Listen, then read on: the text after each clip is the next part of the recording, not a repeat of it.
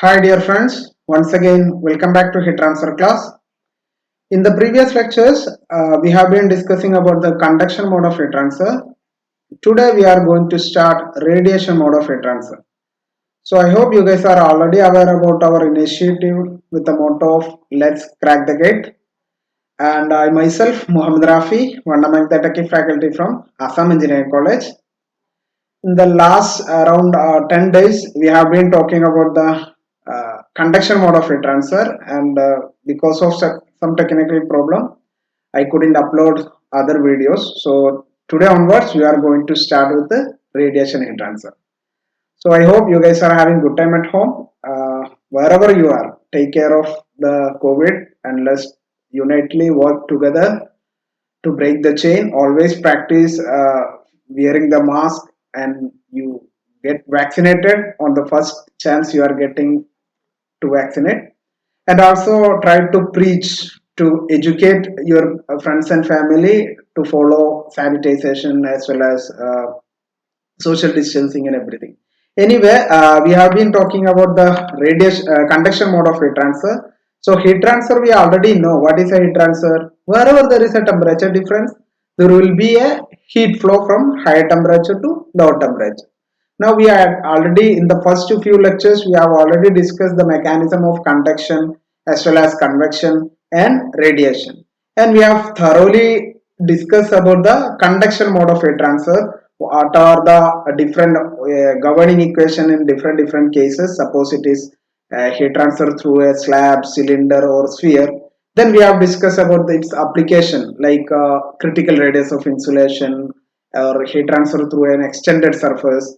Then we have considered other cases like unsteady heat transfer or general heat conduction equation, all those things. So I hope you guys are enjoying my lectures, and if you are watching my video for the first time, you can check this playlist. There are around 10 lectures and you can go through, and I really appreciate all my friends and students who all are watching the video and sharing your opinion through the comments, as well as texting me on WhatsApp and asking your queries related to the subject. So together as a team, let's try to bring the change, and we are in a mission to provide the free education. Okay, so let's move on to the course content. So this is we are already familiar with this slide. We have discussed some occasion where the three modes of heat transfer, that is conduction, convection, radiation, taking place. Now we are going to talk about the radiation part. Okay, fine. So here you can see what is the radiation. Radiation is a mode of heat transfer by means of electromagnetic waves. So how these electromagnetic waves are generated? So this is quite interesting to note. For any body, suppose myself or yourself, for this pen or this mouse or whatever object, you keep it at some ambient. Okay, so it will be surrounded with some atmosphere or some other medium or maybe vacuum. So by natural process, whatever may be the surroundings, whatever may be the situation, that body is bound to interact heat with the surrounding and acquire the thermal equilibrium. This is a natural process, a spontaneous activity, right? Now we realize the heat is flowing. Now we have to identify what is the mechanism. So for vacuum, or we have observed the heat is flowing even there is no any atmosphere or there is no any surrounding. So this is the relevance of radiation heat transfer. Radiation heat transfer taking place with the surrounding or whatever may be the situation by electromagnetic propagation. So how these electromagnetic waves are generated? So for all the molecules or atom or electron or all the components of any matter, what will they will do? They will have some vibration. So this vibration will be generating some heat energy or generating some electromagnetic waves or generating some photon. So this thing you can we as a scientist or as an engineering person, we have realized this scenario and we are trying to learn about this thing. We are going to explore this area. Okay, so I hope you guys are got some peripheral idea about the radiation heat transfer. Radiation heat transfer is a heat transfer taking place for any body which is having a non-zero temperature by means of electromagnetic waves. What is the major difference between the conduction, convection and radiation? For radiation, they does not want any medium. Even if it is a vacuum, it will be interacting heat. That is why from sun we are getting the major portion of our energy. All from sun, which is of a very high temperature, and it is radiating heat energy in different forms of electromagnetic waves. So some part is hitting on the earth surface, and earth we are absorbing that heat energy, and we are utilizing that in different forms. Sometimes they are storing that energy, and we can transform that form of energy into some other useful form, and we can utilize it. So it is quite often in our day-to-day life we will be coming across of a lot of radiation heat transfer instance. Now, as an engineering student, in today's lecture I am going to discuss more about the application level, because we are interacting heat transfer for the last couple of days. So in today's lecture, specifically in today's lecture, I will be talking in the application level, not the fundamental level. Okay, so as in radiation heat transfer, there are many applications in our day-to-day life. So I personally would like to explain why learning this topic is relevant in our day-to-day life. So as a scientific person, I in my Assam Engineering College I usually preach to my student, it is everybody's right or responsibility to keep the scientific temperament in our day-to-day life. As what is the purpose of an education? We are learning, you guys are preparing for any competitive exam, and you guys are learning many new things. What is the main root cause? What is the main purpose? It is to live a better life, right? We are trying to learn new things, we are trying to educate ourselves, and we are pursuing higher education to get a better life, to get a better career and all those things. So like that, in our day-to-day life, radiation also playing a lot of relevance. Okay, so this in today's lecture I will be mainly focusing why radiation is relevant, or what are the major applications, or some specific applications which is happening in our day-to-day life. Then in the upcoming classes we will be discussing its theory, what are the equations involved, how a problem will be asked, and how we can solve those problems in it, like this.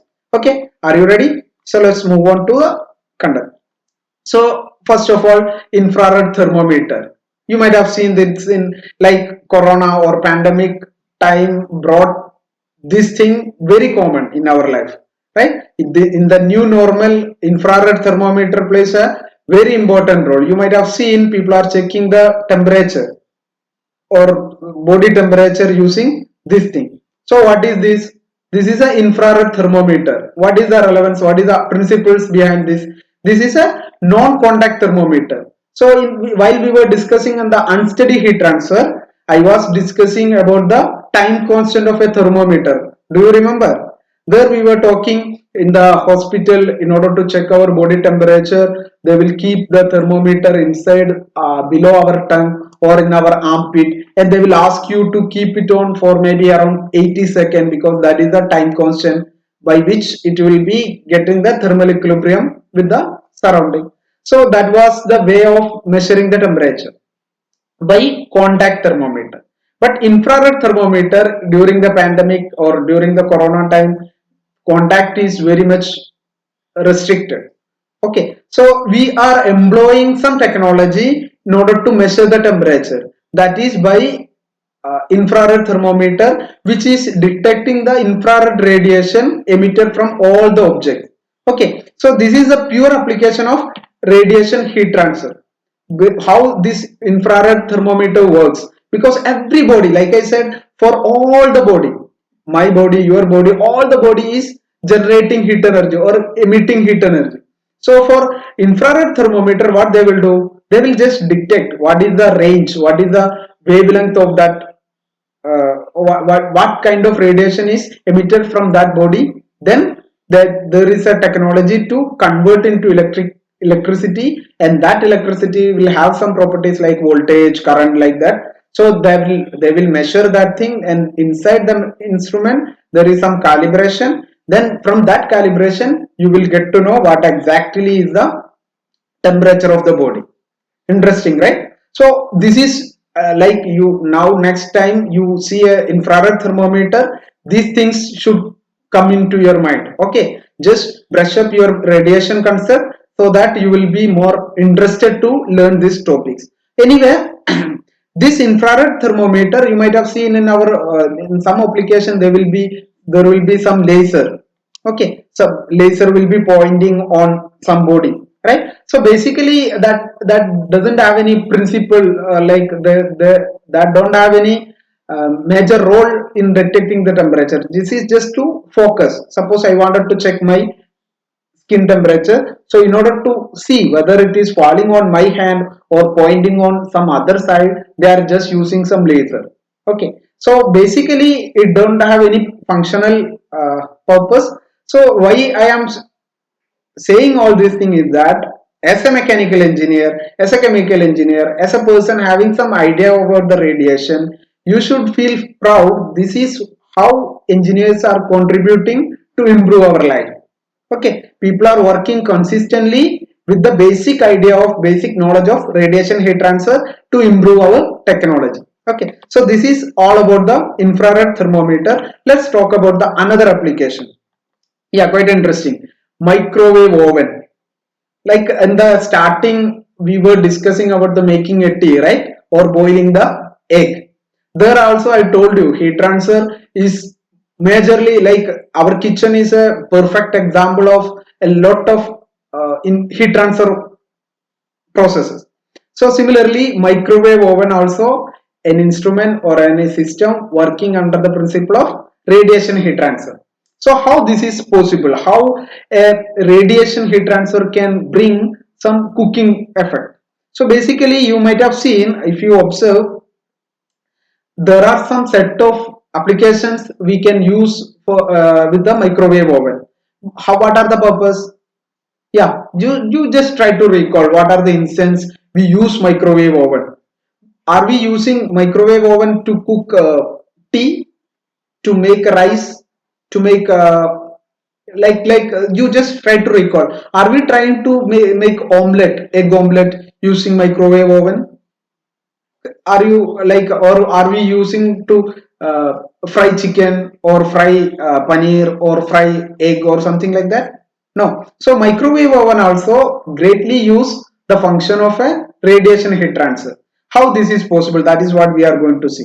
Here you can see there is one component called magnetron, that is purely an electrical component. So magnetron will be generating some set of radiation, and we will be directing this inside the microwave oven, and we have some motor to rotate the food material, so by which there will be a uniform heating process taking place inside the microwave oven. So basically how this heating taking place, this microwave oven which is generating some set of radiation having some particular wavelength, it will be penetrating to the food material, and that by which these molecules are getting contact with that wave, and it will be vibrating. So by vibration the heat will be generated. Whatever heat is generated, it will be conducted within the body, and the food will be getting cooked. So next time while you are using the microwave oven, just imagine this scenario, right? And you can see if you keep your hand inside the microwave, will you get heated up?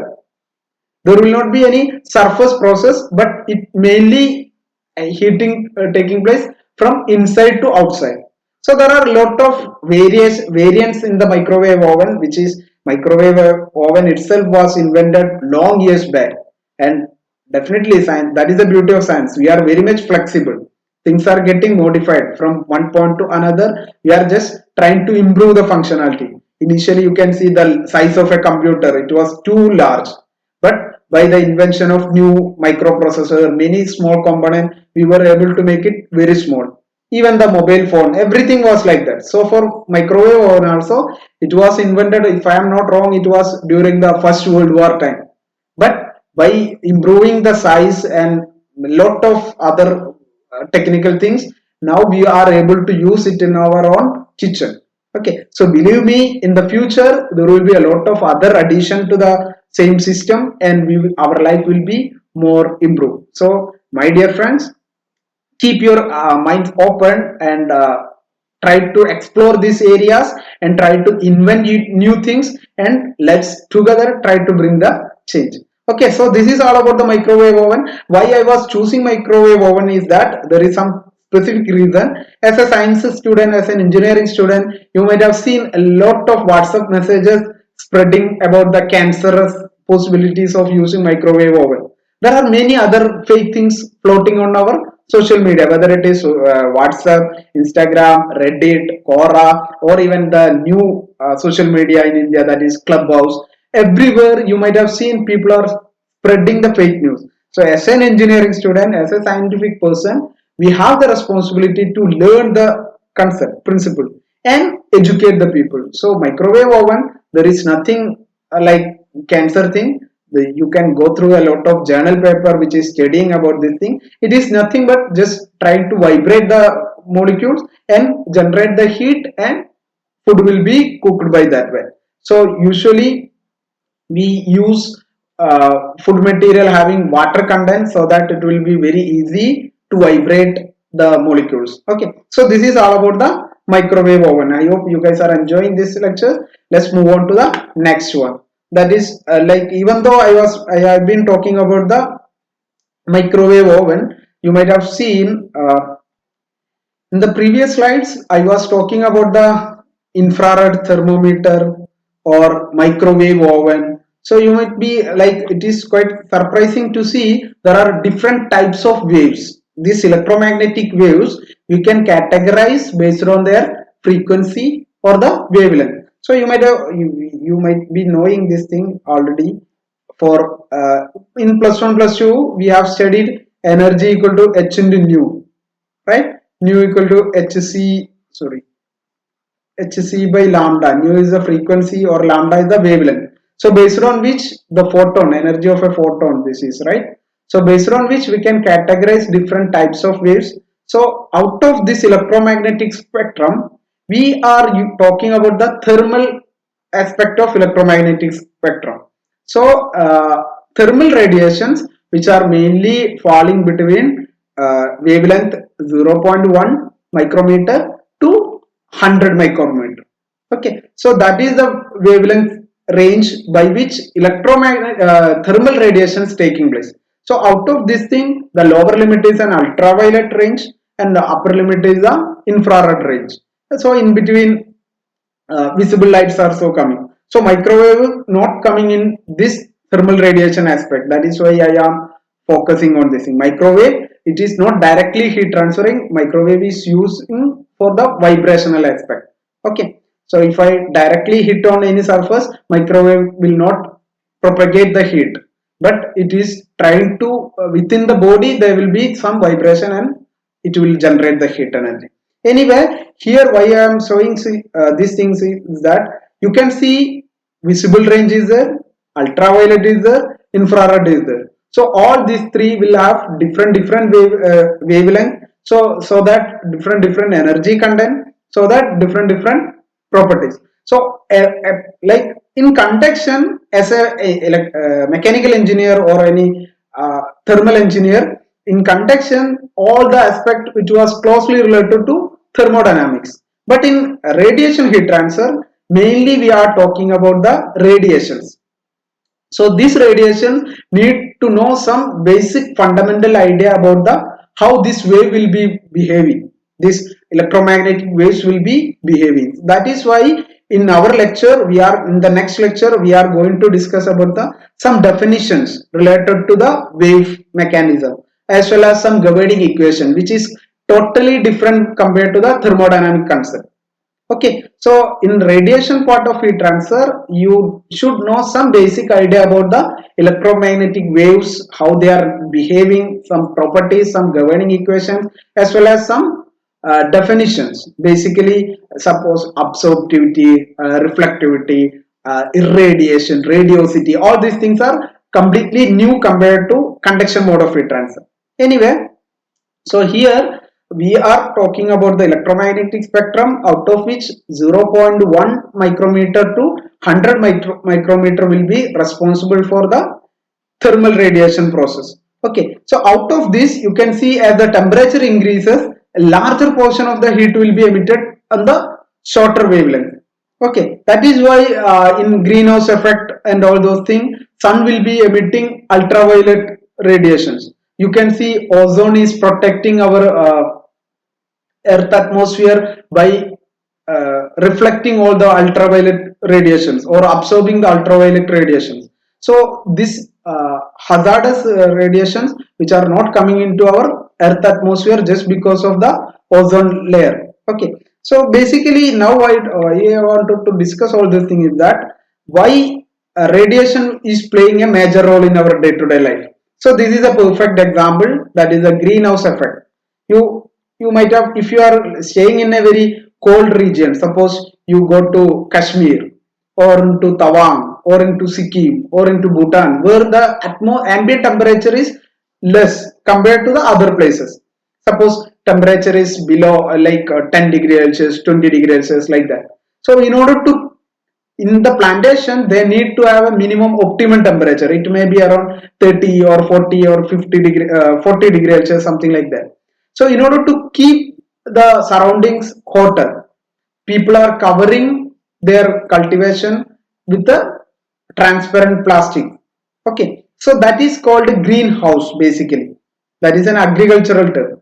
But in our day-to-day life, because of some other activity, suppose our atmosphere is filled with water vapor or carbon dioxide, oxygen, nitrogen, as well as CFC, carbon fluoro. CFC means this thing, chlorofluorocarbons, all those things. So all these things are behaving as a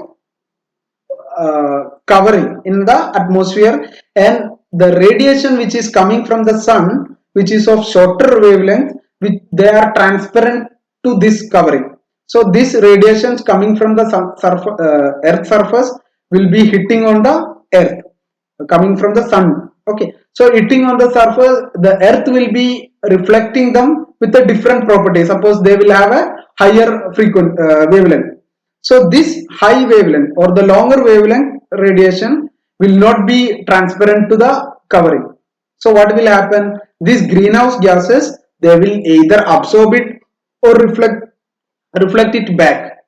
Okay, so basically the whatever process happening inside a greenhouse in an agricultural field, that the radiation is coming inside and which is getting re-radiated to back, which will not be, which it will, the plastic cover will be acting as a opaque material. Okay, it will not allow the radiation go outside, so that the inside the plantation will be getting hotter. So similarly, our earth surface also is getting hotter day by day because of this CFC presence or this radiation effect. So this is basically called a greenhouse effect. Nowadays scientists, all the environmentalists, all the developing and developed country, they are in a huge debate regarding this greenhouse effect and the climate change, which is the main reason is a greenhouse effect, and there are many other subsidiary reasons as well.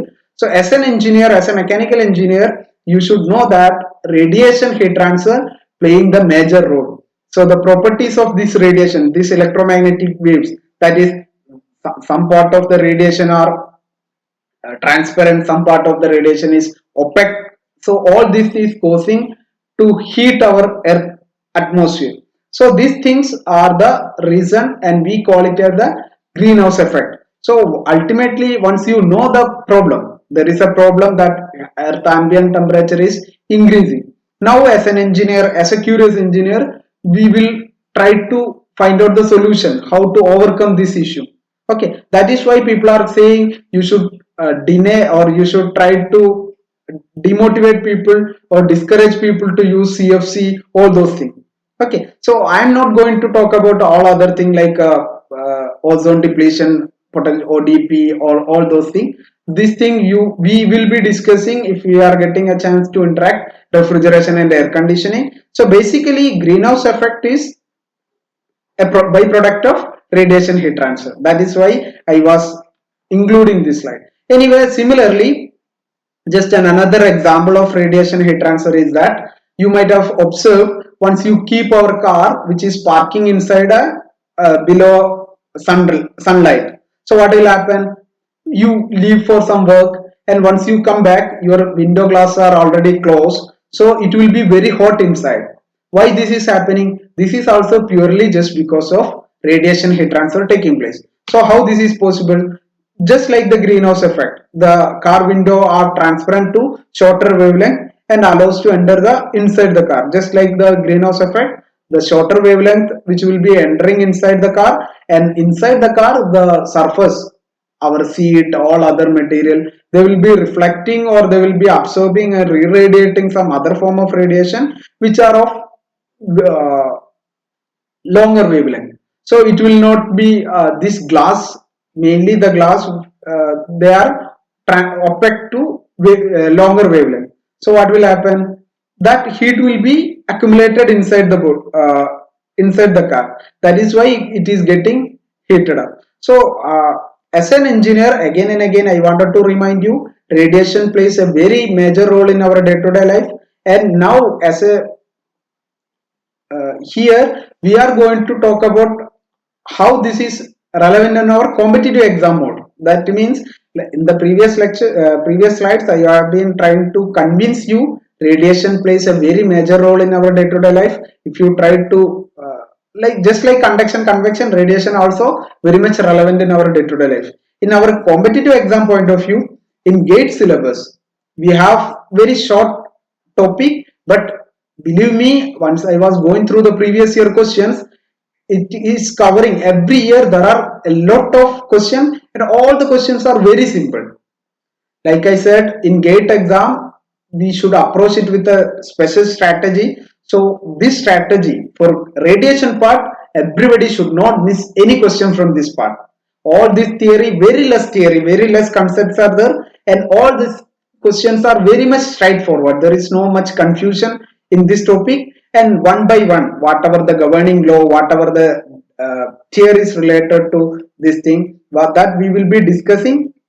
So I personally I am framing these lectures like, in today's lecture we are going to we have already discussed about the applications, how this is relevant in our day-to-day life, and also how much it is relevant in our competitive exam. In the next class I will be talking about the governing equation, that is Stephen Boltzmann's law, Wien's displacement law, cosine Lambert's cosine law or Planck's law, all those things. Also some definition, what is absorptivity, what is reflectivity, all those things.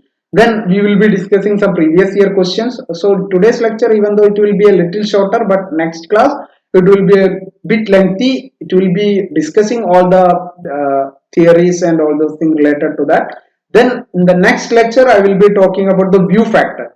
That is, in competitive exam point of view, it plays a very major role. Every year there are many questions asked from the view factor. So but view factor or configuration factor or shape factor, that is very easy topic, so everybody should not, nobody should miss that topic. Then at the end I will be talking about the radiation network analysis, that is a heat exchange or the heat transfer between two surfaces, the radiation heat transfer, how we will find out. In conduction we were talking about the composite slab or the conduction convection scenario, like. So similarly in radiation heat transfer, how heat is exchanged between the two surfaces by radiation heat transfer. So basically this was an introductory lecture. So I would like to stop here. We will continue tomorrow with the deeper discussion related to the theory related to the radiation heat transfer. So I hope you guys have enjoyed this lecture. So we will meet on the next class. By then, thank you. Please share with your friends, comment your opinion, and share your with your friends and all other people. Okay, see you on the next class. Bye.